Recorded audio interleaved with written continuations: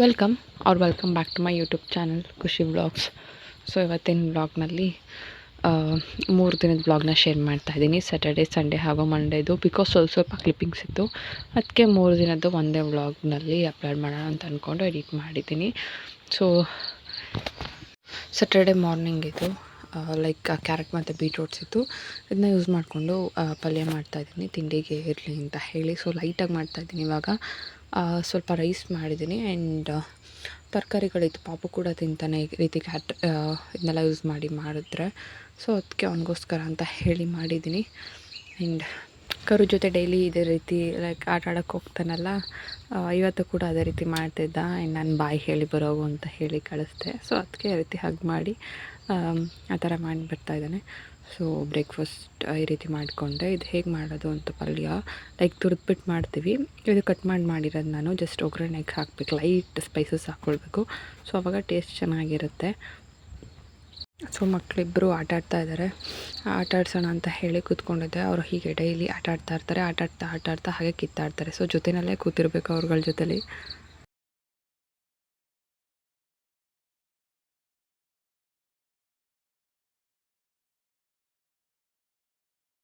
And ನಾನು ಕೂಡ ರೆಡಿಯಾಗಿ ಹೊರಟೆ. ಸೊ ಮನೆಯಲ್ಲಿ ಏನೂ ವ್ಲಾಗ್ ಮಾಡಲಿಕ್ಕಾಗಲಿಲ್ಲ, ಬಿಕಾಸ್ ಟೈಮ್ ಇರಲಿಲ್ಲ.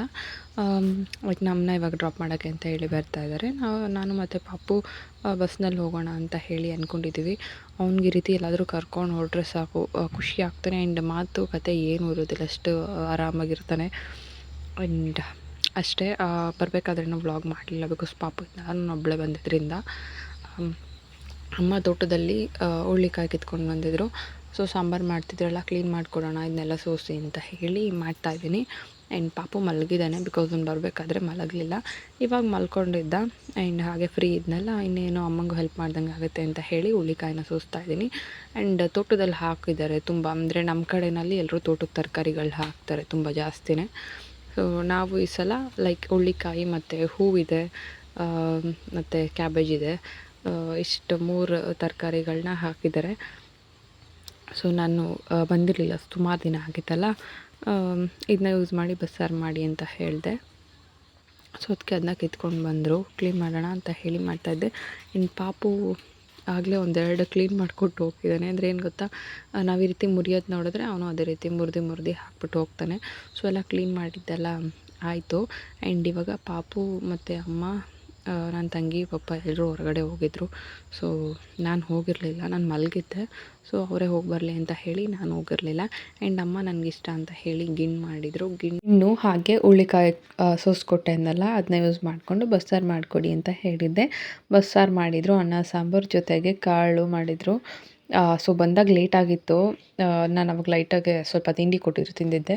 ಆ್ಯಂಡ್ ಊಟ ಮಾಡೋದು ಲೇಟ್ ಆಯ್ತು ಇವತ್ತು. ಸೊ ಗಿಣ್ಣು ಮಾಡ್ತಿದ್ರಲ್ಲ, ನೀವು ಮಾಡಿ ಆಮೇಲೆ ಊಟ ಮಾಡ್ತೀನಿ ಅಂತ ಹೇಳಿ ಅಲ್ಲಿವರೆಗೂ ಊಟ ಮಾಡಿರಲಿಲ್ಲ. ಸೊ ಅವ್ರು ಹೊರಗಡೆ ಹೋಗಿದ್ರಲ್ಲ, ಇನ್ನೂ ಬಂದಿಲ್ಲ. ಸೊ ಮಳೆ ಬರ್ತಿದೆ. ಸೊ ಅಲ್ಲೂ ಮಳೆ ಬರ್ತಿದ್ದಲ್ಲ, ಅದಕ್ಕೆ ವೆಯ್ಟ್ ಮಾಡ್ತಾಯಿದ್ದೀವಿ, ಆಮೇಲೆ ಬರ್ತೀನಿ ಅಂತ ಹೇಳಿದ್ರು. ಊರಲ್ಲಂತೂ ಸಿಕ್ಕಾಪಟ್ಟೆ ಮಳೆ ಬರ್ತಿದೆ. ಆಲ್ಮೋಸ್ಟ್ ನಾನು 2.5 months ಆಗಿತ್ತು ಊರಿಗೆ ಬಂದು. ಸೊ ಮಳೆ ಇಲ್ಲ ಅಂತ ಹೇಳ್ತಾಯಿದ್ರು, ಬಟ್ ಇವತ್ತಂತೂ ತುಂಬ ಜೋರಾಗೇ ಬಂತು ಮಳೆ.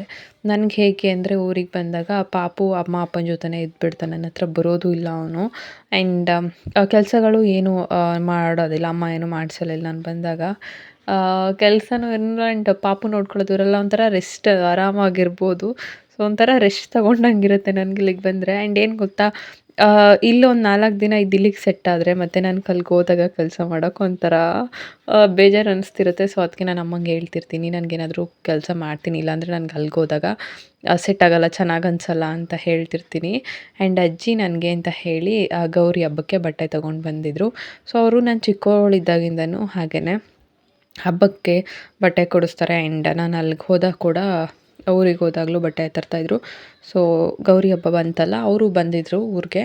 ಸೊ ಡ್ರೆಸ್ ತೊಗೊಂಡು ಬಂದಿದ್ರಂತೆ ಬರ್ತಾ. ಸೇಮ್ ನಾನು ಹಾಕಿರೋ ಥರನೇ ಅನಿಸುತ್ತೆ ಕಲರ್, ಅದು ಇದು ಎರಡೂ. ಬಟ್ ಅದು ಸ್ವಲ್ಪ ಲೈಟ್ ಇದೆ. ಆ್ಯಂಡ್ ಅದರ ಮೇಲಿರೋ ಪ್ರಿಂಟ್ ಕೂಡ ಸಿಮಿಲರ್ ಅನಿಸುತ್ತೆ ಒಂದೊಂದ್ಸಲ. ನನ್ನ ಹತ್ರ ಈ ಕಲರ್ ಇರಲಿಲ್ಲ, ಒಂಥರ ಡಿಫ್ರೆಂಟ್ ಆಗಿದೆ ಕಲರ್.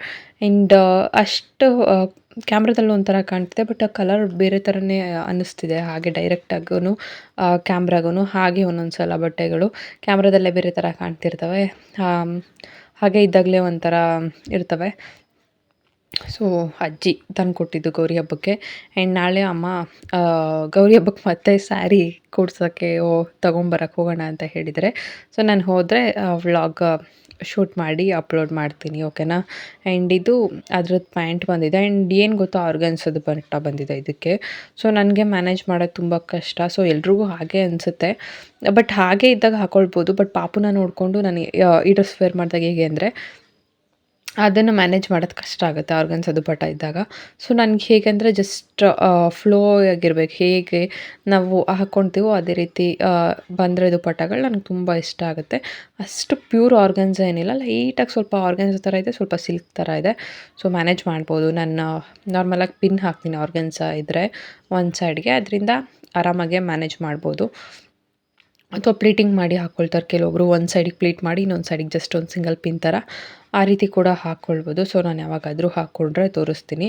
ಆ್ಯಂಡ್ ಬ್ಯಾಂಗ್ಳೂರ್ಗೆ ಹೋಗೋದಿದೆ ನಾಳೆ, ಅದು ಕೂಡ ವ್ಲಾಗ್ನ ಅಪ್ಲೋಡ್ ಮಾಡ್ತೀನಿ. ಸೊ ಅದನ್ನ ಮುಂದಿನ ವ್ಲಾಗ್ನಲ್ಲಿ ಅಪ್ಲೋಡ್ ಮಾಡ್ತೀನಿ, ಓಕೆನಾ. ಒಂದೇ ವ್ಲಾಗ್ನಲ್ಲಿ ಹಾಕೋದಕ್ಕಾಗೋದಿಲ್ಲ.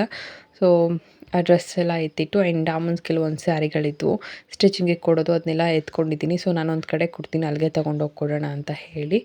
ಆ್ಯಂಡ್ ಪಾಪು, ಅಮ್ಮ, ಅಪ್ಪ, ನಾನು ಎಲ್ಲರೂ ತೋಟದ ಹತ್ರ ಹೋಗ್ತಾ ಇದ್ದೀವಿ. ನಮ್ಮ ತೋಟದಲ್ಲಿ ಅಂದರೆ ಹೊಲದಲ್ಲಿ ಇದು ಕ್ಯಾಬೇಜ್ ಹಾಕಿದ್ದೀವಿ, ಎಲೆಕೋಸು ಅಂತ ಹೇಳ್ತೀವಲ್ಲ, ಅದನ್ನು ಹಾಕಿದ್ದೀವಿ. ಸೊ ಅದನ್ನ ಇವತ್ತು ಕಟಾವು ಮಾಡ್ತಿದ್ದಾರೆ. ಅಂದರೆ ಯಾವುದಾದ್ರು ಬಂದಿದೆ ಅಲ್ಲ, ಅದನ್ನು ಕಟ್ ಮಾಡಿ ಮಾರ್ಕೆಟಿಗೆ ಕೊಡೋದು. ಸೊ ಕುಣಿಗಲ್ ಅವ್ರಿಗೆ ಗೊತ್ತಿರುತ್ತೆ, ವೆಡ್ನೆಸ್ಡೇ ಸಂತೆ ಇರುತ್ತಲ್ಲ. ಸೊ ಹಿಂದಿನ ದಿನ ಇದನ್ನೆಲ್ಲ ಕಟಾವು ಮಾಡಿ ಏನು ವೆಜಿಟೇಬಲ್ಸ್ ಬಂದಿರುತ್ತೆ ಅದನ್ನ ಮಾರ್ಕೆಟಿಗೆ ಕೊಡ್ತಾರೆ ವೆಡ್ನೆಸ್ಡೇಗೆ. ಸೊ ನಮ್ಮ ತೋಟದಲ್ಲಿ ಬೀನ್ಸ್ ಮತ್ತು ಈ ಎಲೆಕೋಸಿದೆ. ಸೊ ಕಟ್ ಮಾಡೋಕ್ಕೆ ಅಂತ ಹೇಳಿ ಬಂದಿದ್ದರು. ಮನೆ ಹತ್ರ ಪಾಪು ಬೇಜಾರಾಗುತ್ತಲ್ಲ, ಇಲ್ಲಿ ಕರ್ಕೊಂಡು ಬಂದರೆ ಅವನು ಕೂಡ ಆಟಾಡ್ತಾನೆ ಅಂತ ಹೇಳಿ ಬಂದೆ. ಸೊ ಇದೆರಡು ನಮ್ಮ ಪೆಟ್ಗಳು, ಒಂದು ವೈಟ್ ಆಗಿದೆ, ಒಂದು ಬ್ಲ್ಯಾಕ್ ಇದೆ. ಎಲ್ಲಿ ಹೋದರೂ ಹಂಗೇನೆ ಜೊತೆಯಲ್ಲೇ ಬರ್ತಿರ್ತವೆ. ಏನದು ಕೇಳು. ಏನಪ್ಪ? ಬಳ್ಳುಳ್ಳಿ. ಒಳ್ಳುಳ್ಳಿ. ಆ್ಯಂಡ್ ಅದನ್ನೆಲ್ಲ ತೊಗೊಂಡು ಬಂದರು ಮನೆಗೆ. ನವಿಲುಗರಿ ಸಿಕ್ಕಿದ್ವು, ತೋಟದ ಹತ್ರ ಹೋಗಿದ್ವಲ್ಲ ಆವಾಗ.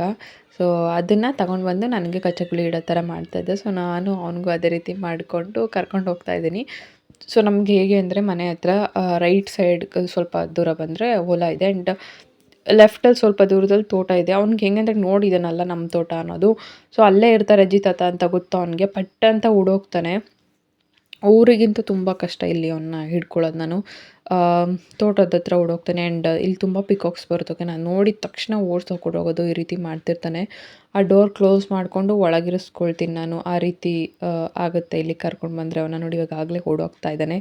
ಆ್ಯಂಡ್ ನನ್ನ ತಂಗಿ ಕೋಕೋ ಹಣ್ಣು ಬರುತ್ತಲ್ಲ, ಸೊ ಅದು ಬೀನ್ಸ್ನ ಎಕ್ಸ್ಟ್ರಾಕ್ಟ್ ಮಾಡಿ ಒಣಗಿಸಿ ಚಾಕೋ ಪೌಡರ್ ಮಾಡಿದ್ದಾಳೆ. ಆ್ಯಂಡ್ ಅವಳಿಗೆ ಚಾಕ್ಲೇಟ್ ಮಾಡ್ತಾಳೆ, ಇದ್ರಲ್ಲಿ ಡಾರ್ಕ್ ಚಾಕ್ಲೇಟ್ನ. ಸೊ ನಾನು ಬಂದಿದ್ದನ್ನೆಲ್ಲ ಮಾಡ್ಕೊಡ್ತೀನಿ ಅಂತ ಹೇಳಿ ಮಾಡ್ತಾಯಿದ್ಲು. ಆ್ಯಂಡ್ ಪಾಪುನ ಇನ್ನೂ ಒಂದು ರೌಂಡ್ ಬಂದಿತ್ತು ನೋಡಿ, ಈ ವ್ಲಾಗ್ನಲ್ಲೇ ಒಂದು ಸಲ 4-5 ಸಲ ಬಂದಿದ್ದಾನೆ ಒಂದು ದಿನಕ್ಕೆ. ಸೊ ಪಾಪು ಚಿಕ್ಕವನಿದ್ದಾಗ ಹಾಕಿದ್ದಿದ್ದು, ಅವನೊಂದು 8 ಮಂತ್ಸ್ ಇದ್ದಾಗ ಕರೆಕ್ಟಾಗಿ 1 ಇಯರ್ ಈ ಅಡಿಕೆ ಗಿಡಗಳನ್ನ ಹಾಕಿ. ಸೊ ಇಷ್ಟು ಬೇಗ ದೊಡ್ಡದಾಗ್ತಿದೆ. ನಮ್ಮ ಪಾಪು ಹೇಗೆ ದೊಡ್ಡವನಾಗ್ತಿದ್ದಾನೋ ಬೇಗ ಬೇಗ ಅದು ಕೂಡ ಅದೇ ರೀತಿ ದೊಡ್ಡವಾಗ್ತಿದ್ದಾವೆ. ಸೊ ಇಷ್ಟೇ ಇವತ್ತಿನ ಬ್ಲಾಗ್. ನಾನು ಬ್ಯಾಂಗ್ಳೂರ್ಗೆ ಹೋಗಿದ್ದ ವ್ಲಾಗ್ನ ಮುಂದಿನ ಬ್ಲಾಗ್ನಲ್ಲಿ ಅಪ್ಲೋಡ್ ಮಾಡ್ತೀನಿ. ಬ್ಯಾಂಗ್ಳೂರ್ಗೆ ಏನಕ್ಕೆ ಅಂತ ಹೇಳಿದರೆ ಸ್ವಲ್ಪ ಮನೆ ನೋಡೋದಿದೆ. ಸೊ ಆ ಕೆಲಸವಾಗಿ ನನ್ನ ಹಸ್ಬೆಂಡ್ ಬರ್ತಾರೆ ನಾಳೆ, ನಾನು ಮತ್ತು ಅವರು ಇಬ್ಬರು ಹೋಗಿ ಬರ್ತೀವಿ. ಸೊ ಆ ವ್ಲಾಗ್ನ ಅಪ್ಲೋಡ್ ಮಾಡ್ತೀನಿ. ಈ ವ್ಲಾಗ್ ಇಷ್ಟ ಆಗಿದರೆ ಲೈಕ್ ಮಾಡಿ, ಆ್ಯಂಡ್ ಖುಷಿ ವ್ಲಾಗ್ಸ್ನ ಸಬ್ಸ್ಕ್ರೈಬ್ ಮಾಡ್ಕೊಳ್ಳಿ. Thank you for watching.